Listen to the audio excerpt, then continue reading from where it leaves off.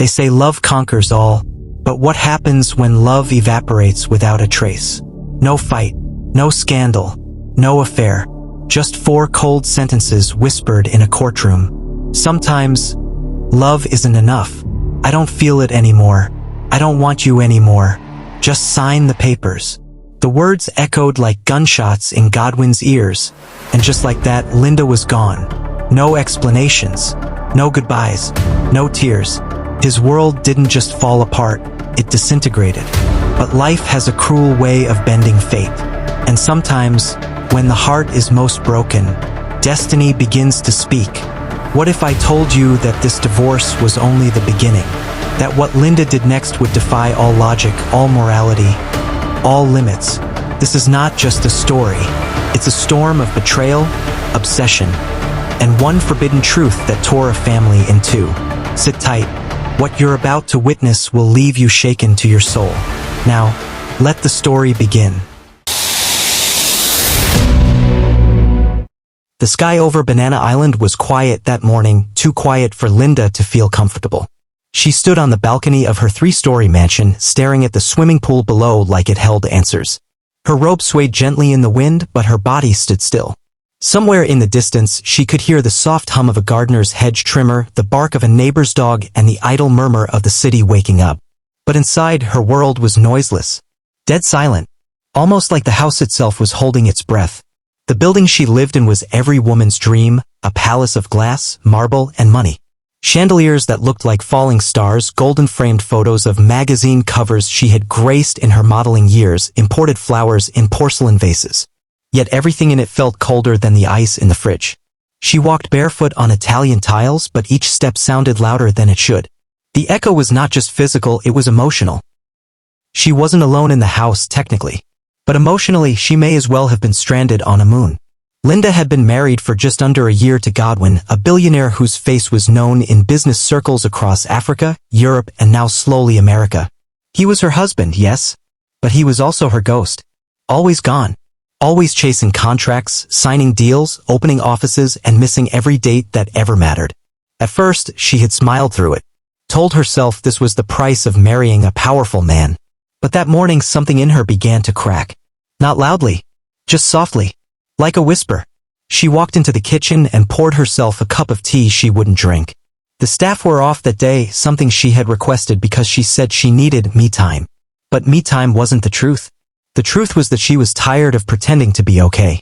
She was tired of greeting smiling chefs and maids when her heart felt like a shrinking balloon. She needed the silence to understand what she had become. Or maybe what she had always been.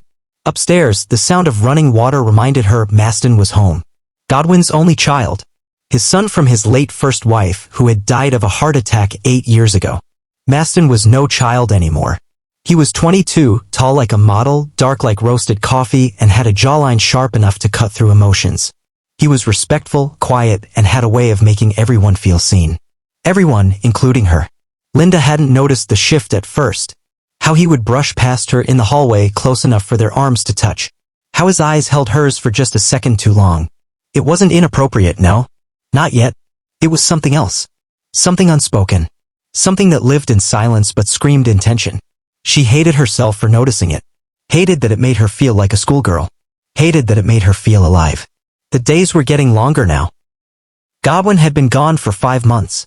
Not even a return date. Just a calendar full of business calls and a fridge full of untouched meals.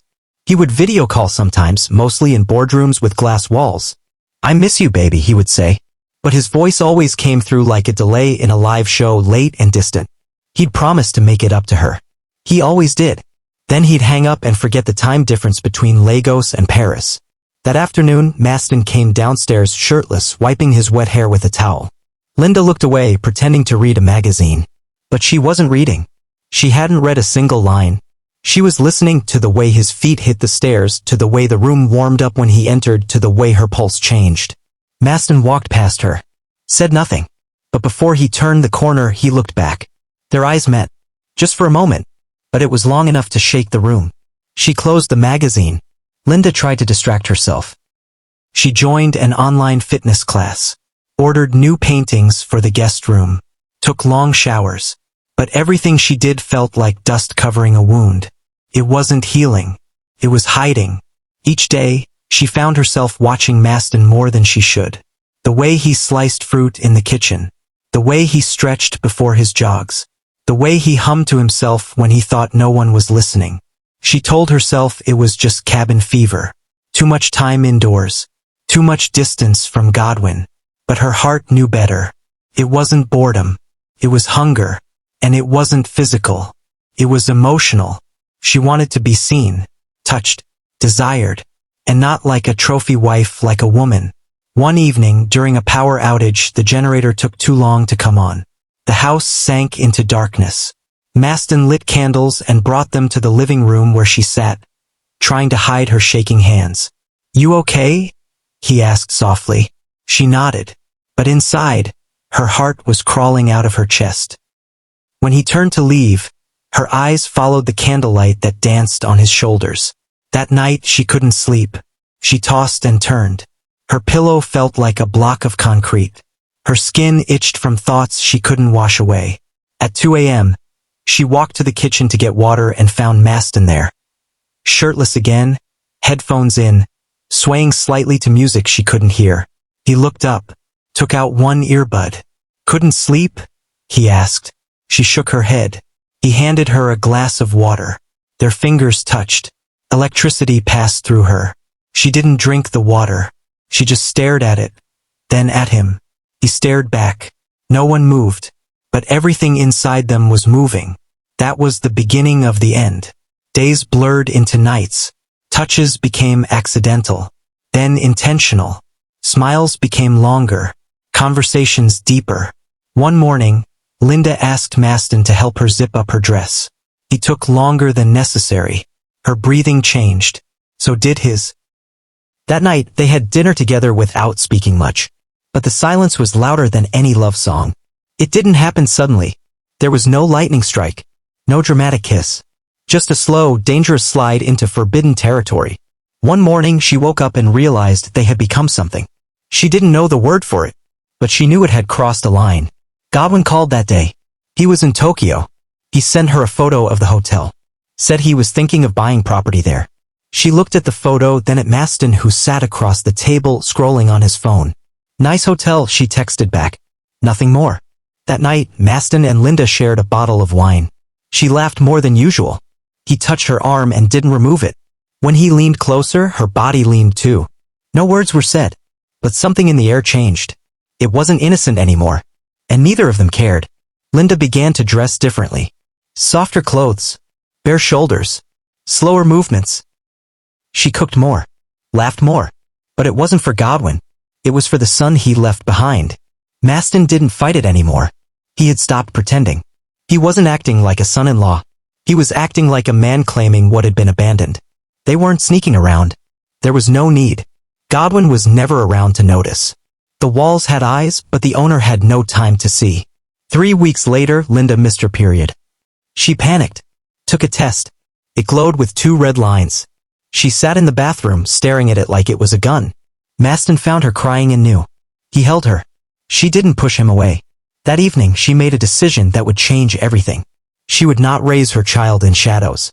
She would not be called a mistake. She would not continue being a wife in name but a widow in reality. She would marry the one who made her feel alive, even if it meant burning the man who built her castle. Linda stood in front of the mirror with a hand over her stomach. The test result lay folded in her bedside drawer like a crime she was trying to forget.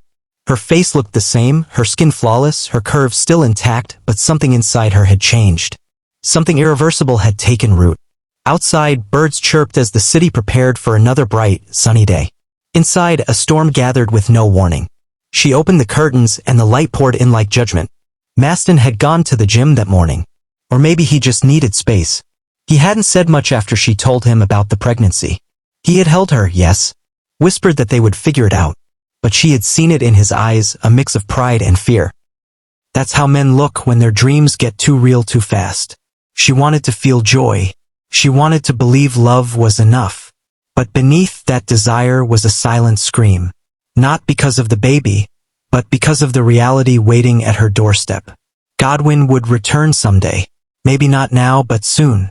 And when he did, this house would become a courtroom. This child would become evidence. And she would become the villain. But Linda didn't cry. She smiled. The strange, unsettling smile. The kind that grows not from happiness but from power. For once in her life, she held something no man could take from her. Not even a billionaire. Godwin returned on a Sunday morning. The security men scrambled. The staff buzzed. His favorite breakfast was prepared. The house, which had long forgotten his footsteps, now echoed with preparation. Linda wore white, not for peace, for irony. He walked in like nothing had changed, kissed her cheek, complimented her glow, didn't ask why Maston wasn't around. Didn't notice the extra silence. He talked about business, expansion, and a pending trip to Berlin. Then he handed her a gift, a diamond necklace from Switzerland. She smiled and thanked him, but her hands never reached for the box. He didn't see it, how distant she felt, how guarded, how her smile never touched her eyes. Later that evening, Godwin called a family meeting, just the three of them. They sat in the living room, an expensive silence hanging in the air like fog. He talked about growth projections and future assets. He said he wanted Maston to begin learning the business. Maston nodded. Linda said nothing. Godwin then raised a toast to family. Linda took a sip. Maston didn't. Godwin missed it again, the tension, the stiffness, the invisible war he was too blind to feel. That night, Linda made her decision final. She would not live under a roof built with gold if her soul rotted like wood inside it. 3 days later, the storm hit. Linda stood in the center of the living room, her voice calm and sharp as a knife on glass. I want a divorce. Godwin blinked, laughed. You're joking. I'm not. He sat up straighter, like a man waking from a bad dream. Why? She turned slowly, looked him in the eye, and said the one sentence that shattered everything. Because I'm in love with your son. Silence fell like thunder. Maston walked in, right on cue. Not nervous, not ashamed, just present. Godwin stood, shook his head like he could erase what he'd heard. This is madness, he muttered. Tell me this is some cruel game. Linda didn't flinch. It's not a game. It's a life I deserve. Godwin's world spun. His heart cracked open. He wanted to scream, cry, run. But all he did was sit. His body went numb. His empire, his pride, his legacy, all melting into betrayal. And then, Linda gave him the final blow. I'm pregnant. Maston placed a hand on her shoulder. Godwin's mouth moved, but no words came. Only breath. Broken, short, wounded breath. She had killed him, but not with hate.